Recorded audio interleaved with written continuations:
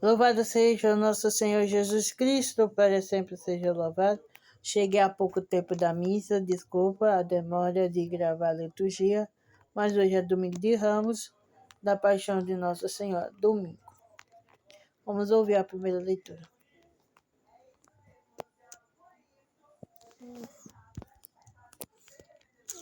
Vamos ver se vai. Agora vai, em nome de Jesus, vai.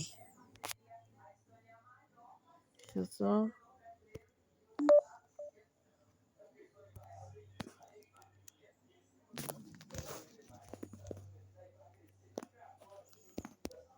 Salmo responsorial 21. Meu Deus, por que me abandonastes? Riem de mim todos aqueles que me veem, torcem os lábios e sacodem a cabeça. Ao Senhor se confiou, Ele o liberte e agora o salve, se é verdade que Ele o ama.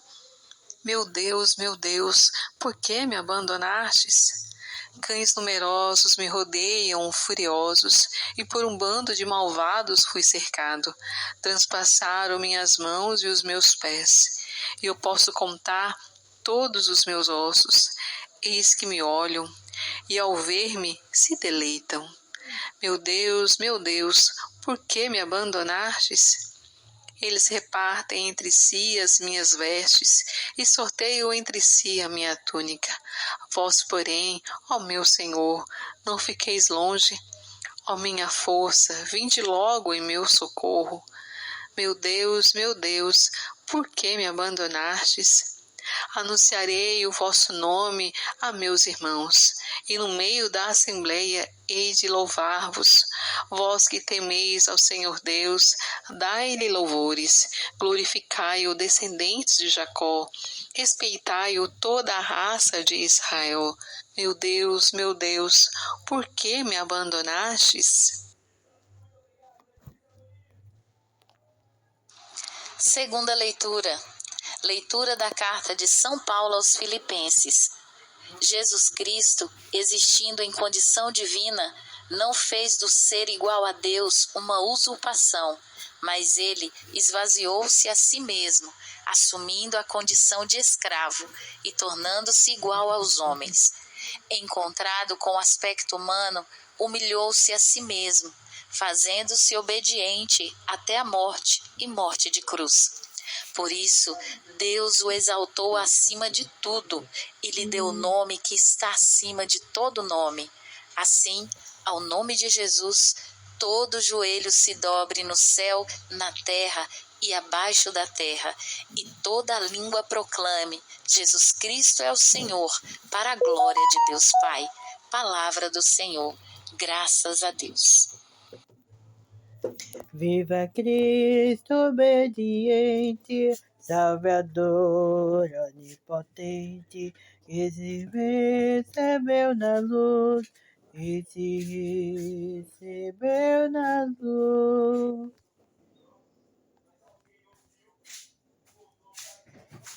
Paixão de Nosso Senhor Jesus Cristo segundo Lucas. Naquele tempo, toda a multidão se levantou e levou Jesus a Pilatos. Começaram então a acusá-lo, dizendo: achamos este homem fazendo subversão entre o nosso povo, proibindo pagar impostos a César e afirmando ser ele mesmo Cristo, o Rei. Pilatos o interrogou: tu és o rei dos judeus? Jesus respondeu declarando: tu o dizes. Então Pilatos disse aos sumos sacerdotes e à multidão: não encontro neste homem nenhum crime. Eles, porém, insistiam: ele agita o povo ensinando por toda a Judéia, desde a Galiléia, onde começou, até aqui. Quando ouviu isto, Pilatos perguntou: este homem é galileu? Ao saber que Jesus estava sob a autoridade de Herodes, Pilatos enviou-o a este, pois também Herodes estava em Jerusalém naqueles dias. Herodes ficou muito contente ao ver Jesus, pois havia muito tempo desejava vê-lo. Já ouvira falar a seu respeito e esperava vê-lo fazer algum milagre. Ele interrogou-o com muitas perguntas. Jesus, porém, nada lhe respondeu. Os sumos sacerdotes e os mestres da lei estavam presentes e o acusavam com insistência. Herodes, com seus soldados, tratou Jesus com desprezo, zombou dele, vestiu-o com uma roupa vistosa e mandou-o de volta a Pilatos. Naquele dia, Herodes e Pilatos ficaram amigos um do outro, pois antes eram inimigos. Então Pilatos convocou os sumos sacerdotes, os chefes e o povo e lhes disse: Vós me trouxestes este homem como se fosse um agitador do povo. Pois bem, já o interroguei diante de vós e não encontrei nele nenhum dos crimes de que o acusais. Nem Herodes, pois o mandou de volta para nós. Como podeis ver, ele nada fez para merecer a morte. Portanto, vou castigá-lo e o soltarei. Toda a multidão começou a gritar: Fora com ele! Solta-nos Barrabás! Barrabás tinha sido preso por causa de uma revolta na cidade e por homicídio. Pilatos falou outra vez à multidão, pois queria libertar Jesus. Mas eles gritavam: Crucifica-o! Crucifica-o! E Pilatos falou pela terceira vez: Que mal fez este homem? Não encontrei nele nenhum crime que mereça a morte. Portanto, vou castigá-lo e o soltarei. Eles, porém, continuaram a gritar com toda a força, pedindo que fosse crucificado. E a gritaria deles aumentava sempre mais. Então Pilatos decidiu que fosse feito o que eles pediam. Soltou o homem que eles queriam, aquele que fora preso por revolta e homicídio, e entregou Jesus à vontade deles. Enquanto levavam Jesus, pegaram um certo Simão de Cirene, que voltava do campo, e impuseram-lhe a cruz para carregá-la atrás de Jesus. Seguia-o uma grande multidão do povo e de mulheres que batiam no peito e choravam por ele. Jesus, porém, voltou-se e disse: Filhas de Jerusalém, não choreis por mim, chorai por vós mesmas e por vossos filhos. Porque dias virão em que se dirá: Felizes as mulheres que nunca tiveram filhos, os ventres que nunca deram à luz e os seios que nunca amamentaram. Então começaram a pedir às montanhas: Cai sobre nós, e às colinas: Escondei-nos. Porque se fazem assim com a árvore verde, o que não farão com a árvore seca? Levaram também outros 2 malfeitores para serem mortos junto com Jesus. Quando chegaram ao lugar chamado Calvário, ali crucificaram Jesus e os malfeitores, um à sua direita e o outro à sua esquerda.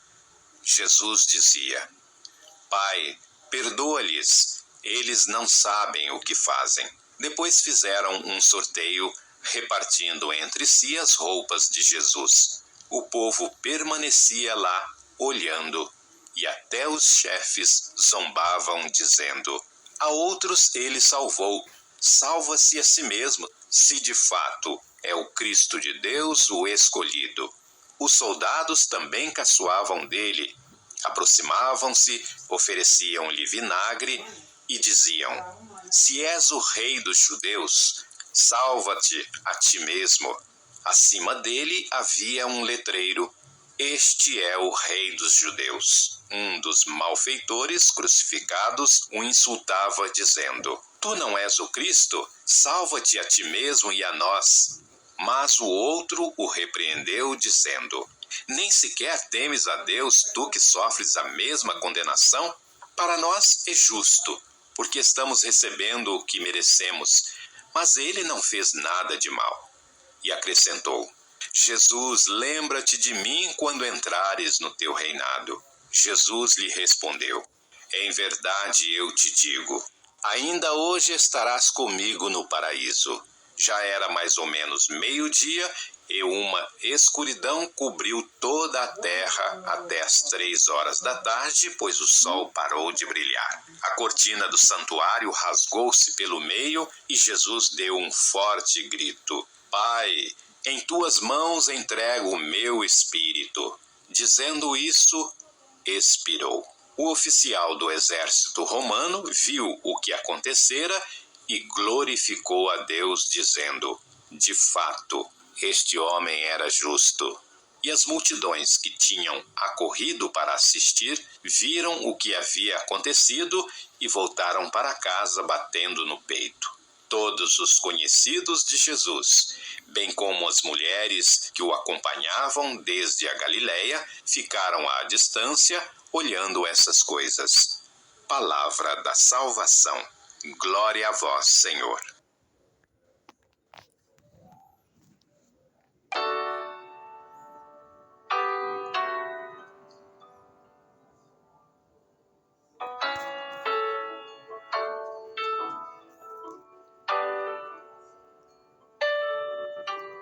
Em nome do Pai, do Filho e do Espírito Santo.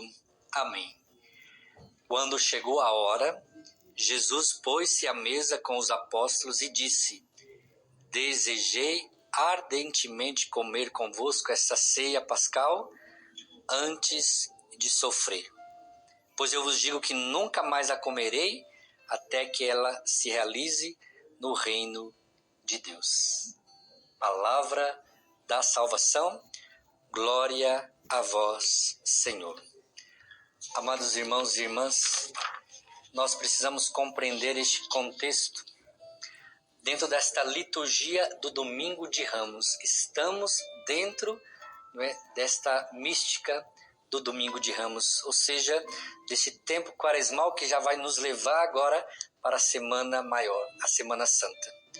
E convida a cada um de nós a contemplar este Deus que, por amor, desceu ao nosso encontro e partilhou da nossa humanidade. Jesus se tornou solidário com cada um de nós. Guarda essa palavra. O Senhor se tornou solidário. Menos o nosso pecado. Ele veio para nos salvar do nosso pecado. E por isso se encarnou, assumiu, a nossa humanidade, menos o pecado, para nos fazer, livres. Outra realidade importante que nós precisamos compreender do Domingo de Ramos é que Jesus se faz servo de cada um de nós. Ele se deixa, ser entregue para morrer, para que o nosso egoísmo seja quebrado, para que a nossa individualidade seja quebrada e também para que a maldade e o pecado fosse vencido. Preste atenção nisso também. Jesus, ele se entrega no Domingo de Ramos, começa todo mundo ovacionar, cantando os santos, estendendo as palmas, estendendo os mantos no chão, mas são os mesmos que vão crucificar Jesus. Ou seja, Jesus quer nos tirar deste egoísmo e quer tirar a maldade e o pecado, porque Jesus veio para vencer tudo isso. Por Jesus, Deus ofereceu-nos a possibilidade de uma vida nova.